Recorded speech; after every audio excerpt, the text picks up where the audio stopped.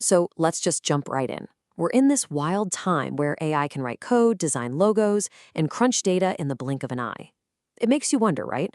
What actually makes a professional valuable anymore? Is it the specific skills you can list on a resume? Or is it something deeper? Well, today we're going to unpack a massive shift that's happening, one where your education is becoming way more valuable than just your skills or your instruction. And this quote, this is pretty much the key to the whole thing. It draws this really sharp line between two ways of learning. And what used to be kind of a philosophical debate is now an urgent economic reality for all of us. All right, so let's break this down. To really get what's going on, we have to understand this core difference. What does it actually mean to be instructed versus being educated? They're not the same thing, not at all. So on one side, you've got instruction. You can think of this as the how-to manual. It's all about learning very specific skills, how to use a new software, how to follow a certain process. But on the other side, you have education, and that's about building a framework for thinking. It's all about the why. Why does this problem even matter? Why is one approach better or more ethical than another? And when you put these two models side by side, the difference is just huge. The instructional model kind of treats you like a passive sponge. The goal is to fill you up with measurable skills that, let's be honest, have an expiration date.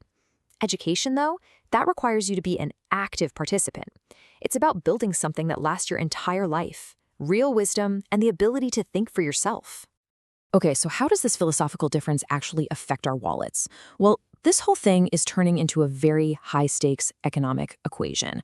For decades, the path to a good career seemed pretty straightforward, but the numbers are starting to tell a much, much more complicated story. For the longest time, this was the deal. This was the big promise, right? Get a bachelor's degree, and on average, you'd earn over $1 million more in your lifetime.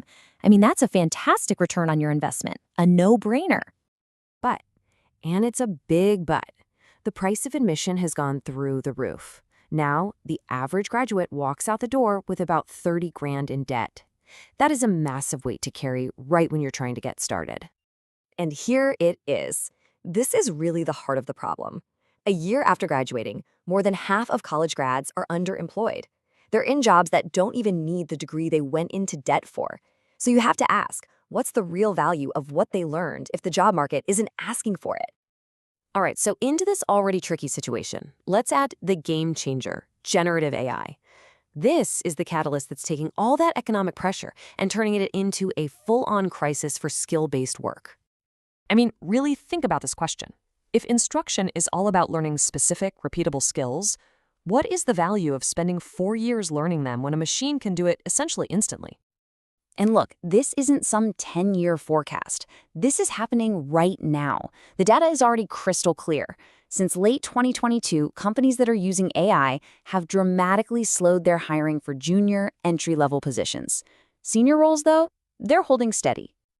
So what does that mean? Well, economists have a term for it. Seniority Biased Technological Change. Basically, AI is automating all the routine, instruction-based tasks that have always been the gateway into a career. It's like the first rung on the career ladder is being completely sawed off. But here's where the story takes a turn. Because while AI is crushing the value of instruction, it is massively increasing the value of a true education. This whole disruption is creating this incredible new demand, a premium on the skills that machines just can't touch. And these are the skills we're talking about, the stuff that makes us human. Critical thinking, creativity, empathy, understanding ethics. You don't learn these from a how-to video. These are the direct results of a real education, one that teaches you how to think, not just what to do. So let's make this super concrete. How does this all play out in a real job, day to day?